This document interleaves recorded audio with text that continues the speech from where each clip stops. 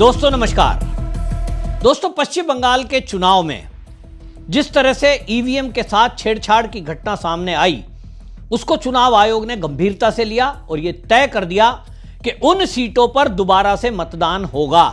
तो diamond harbour, जहां से अभिषेक बनर्जी, ममता बनर्जी का भतीजा सांसद है, उस एरिया में पहले से यह माना जा रहा था कि ये टीएमसी वाले जरूर कोई ना कोई गड़बड़ी करेंगे।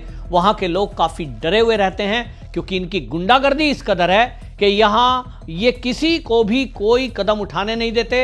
इनको एक एक घर का पता है, कौन किसको वोट देगा, और जहां भी इनको लगता है कि ये बीजेपी का वोटर हो सकता है, उसको तो घर के बाहर ये लोग खड़े हो जाते हैं और घर से निकलने नहीं दिया जाता, वोट डालने नहीं दिया जाता। लेकिन ये पहली बार था कि केंद्रीय फोर्स इतनी लगी हुई थी और भारतीय जनता पार्टी के कार्यकर्ता इसमें अडिग होकर के जब लगे थे और एक्टिव थे। उनको पहले से पता था कि यहाँ जो फाल्टा सीट है, जहाँ से अभिषेक बनर्जी का ही राइट हैंड और यहाँ का जो बड़ा माफिया है, वो माफिया जहांगीर, ये जहांगीर खान का एरिया, वो लोगों को डराने धमकाने का था। और आपको ध्यान होगा, उत्तर प्रदेश में योगी आदित्यनाथ की पुलिस के एनकाउंटर स्पेशलिस्ट अजय पाल शर्मा वहां गए थे और फाल्टा से जो प्रत्याशी है, ये जो जहांगीर है, इसके बारे में कंप्लेंट मिली थी कि ये वहां जिन पर हिंदुओं पर और जो लगता है कि बीजेपी को वोट देगा, उनके जाकर के पहचान पत्र इकट्ठे किए जा रहे हैं, उनको डरा रहा है, धमका रहा है। वो गए थे तो ममता बनर्जी सुप्रीम कोर्ट तक पहुंच गई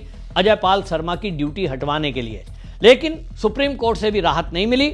और उस समय मैंने कहा था कि ये अगर गड़बड़ी करेंगे, ईवीएम के साथ छेड़छाड़ करना इनकी आदत है। ये इत्र लगा देंगे बटन पर, मैंने आपको बताया था, ये टेप लगा देंगे, मैंने आपको बताया था, और मैंने बताया था कि किस तरह से ये छेड़छाड़ कर सकते हैं। अधिकारी इनके साथ अंदर के मिल जाते हैं जो ड्यूटी पे होते हैं चुनाव की, और पुलिस तो इनके एजेंट की तरह काम करती है, और इसलिए इनकी आदत में है कि ये जो चाहे कर सकते हैं। लेकिन इस बार इनकी जब एक नहीं चली, लंबी लंबी लाइनें इन्होंने देखी कि बूथ के बाहर लगी हुई है, तो इनको समझ में आ गया कि ये वोट बीजेपी के लिए जा रहा है और ममता बनर्जी को उखाड़ फेंकने के लिए लोग दे रहे हैं।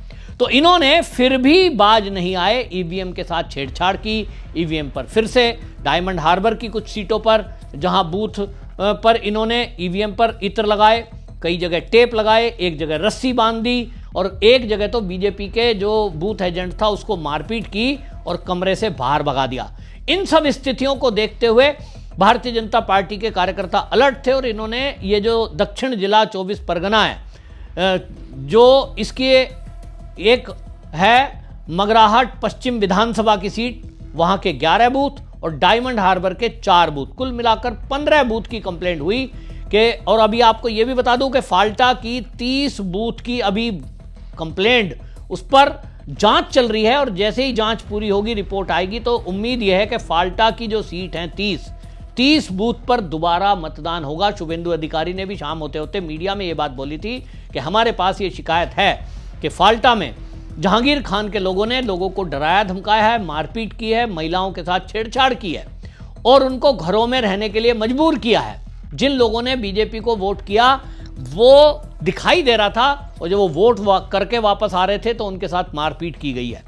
तो इस एरिया में भी ये कहा गया, क्योंकि लोगों को डराया गया है, यहां भी पुनर्मतदान कड़ी सुरक्षा में होना चाहिए।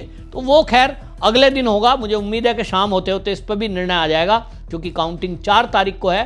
तो 3 तारीख को फाल्टा पे भी पुनर्मतदान होगा और वहां भी बम्पर मतदान होगा। ये जो अब इस समय ट्रेंड आप देखने को आपको मिल रहा है, मैंने पहले ही कहा था, आपने मेरी वीडियो देखी होगी, मैंने कहा था कि ईवीएम से छेड़छाड़ करना टीएमसी को पड़ेगा भारी। इलेक्शन कमीशन का कड़ा एक्शन, मैंने जो लिखा था ना, और आपने उस वीडियो को खूब शेयर किया था, उसी में मैंने क्लियर कर दिया था कि चुनाव आयोग इस मामले को लेकर सख्त है। और अब आप देख लें कि चप्पे चप्पे पर केंद्रीय फोर्स मौजूद है, लोगों के घरों तक में वहां बाहर पहरा लगा है, कोई टीएमसी का गुंडा आपको सड़क पे दिखाई नहीं दे रहा है, सब अपने अपने घरों में दुबके हैं। समझ में आ गया कि सरकार तो बीजेपी की बनने ही जा रही है, अपनी जान को रिस्क में मत लो, क्योंकि सीधे एनकाउंटर अब होने शुरू होंगे। और इसलिए यह भी समझ में टीएमसी वालों को आ गया कि जो खेला वो करते थे, अब उल्टा उनके साथ होने वाला है। सारे हथकंडे जो वो अपनाते थे, अब भारतीय जनता पार्टी को पता लग चुका है, चुनाव आयोग को पता लग चुका है, और इसलिए आपकी एक नहीं चलेगी। दूसरा आपको बता दूं कि जैसा मैंने कहा, अब ये ट्रेंड देखकर लग रहा है, और ट्रेंड देखकर ये सेट होता है। उसका एक कारण बता दूं, मेरे पत्रकार मित्र हैं, उन्होंने कहा कि देखिए यहाँ जो बंगाल का चुनाव होता है और पूरे देश में कहीं भी कुछ सीटें ऐसी होती हैं जिसको वेल वेदर कहा जाता है। वेल वेदर सीट ऐसी होती हैं कि आप उसका ट्रेंड देखकर ये बता सकते हैं कि प्रांत का रुख क्या है। हर राज्य में वो 1 या 2 सीटें होती हैं, और उस 1 या 2 सीट को ऐसे जैसे आपने चावल बनाए तो एक दाना उठाकर आप दबा कर देखते हैं कि बन गए कि नहीं पूरे पतीले के, तो एक चावल से पता लगता है। इसी तरह कुछ सीटों को वेल वेदर कहा जाता है। बंगाल के अंदर ये वेल वेदर सीटें 37 हैं, 37, और इन्हीं सीटों में भवानीपुर भी है, औसत ग्राम, उदय नारायणपुर, मगरहाट पूर्व, डायमंड हार्बर और फाल्टा। और आपको जान के आश्चर्य होगा, फाल्टा में 33% केवल मुस्लिम है। यानी इसका मतलब यह हुआ कि 67% यहां पर हिंदू है। लेकिन हिंदुओं को जो भारतीय जनता पार्टी का वोटर है, कांग्रेस का वोटर है और कम्युनिस्ट सीपीआई का वोटर है, उसको तो निकलने नहीं दिया जाता।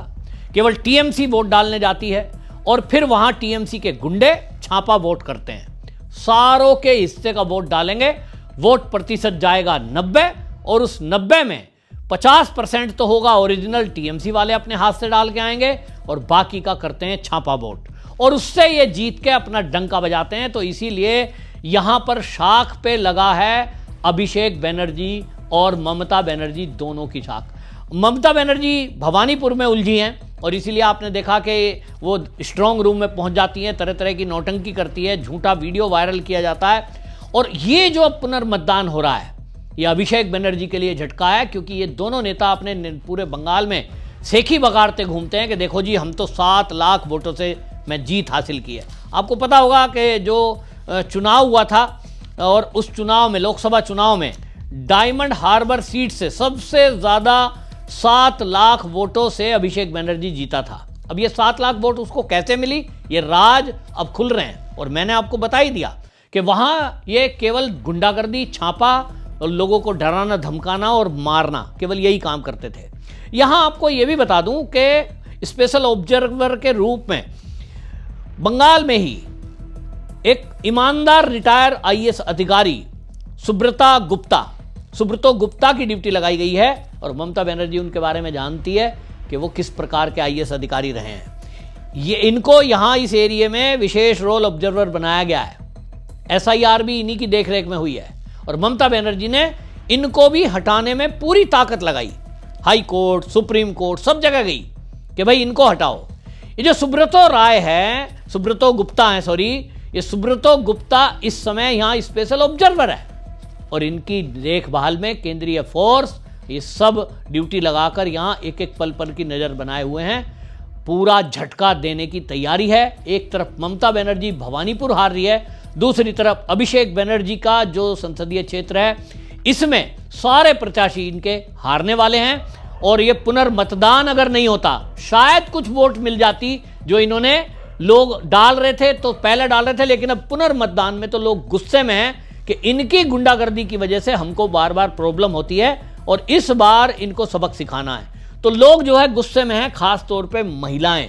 तो ये वोट का जो लंबी लंबी लाइनें आप देख रहे हैं, लंबी लाइनों में आपको गुस्सा दिखाई दे रहा है। लोग बोल नहीं रहे हैं, क्योंकि लोगों को अब तो वैसे पता लग गया है कि बीजेपी की सरकार बन रही है। लेकिन उसके बावजूद भी जब तक 4 तारीख के 12-1 बजे तक का रिजल्ट नहीं आएगा, लोग मौन रहेंगे। और मैं आपको एडवांस में बता रहा हूं, 12 बजे के बाद टीएमसी के सारे बूथ के जो काउंटिंग एजेंट हैं, ये भाग खड़े होंगे, क्योंकि इनको पता है कि इन्होंने भी हर बार काउंटिंग के बाद कितनी हिंसा की है। तो इनको खुद का चोर की दाढ़ी में तिनका कि इनके साथ ना हो जाए। तो ये रिजल्ट आप देखकर, जैसा मैंने कहा, ये वेल वेदर सीट है, और वेल वेदर सीट का अनुमान आप लगा सकते हैं। ये 15 जो बूथों पर पुनर्मतदान हो रहा है, इसका तो ट्रेंड यही बता रहा है कि यहां जो लाइन में खड़े हुए लोग आपको दिख रहे हैं, इनमें 90% वोट बीजेपी को जा रहा है। 90%।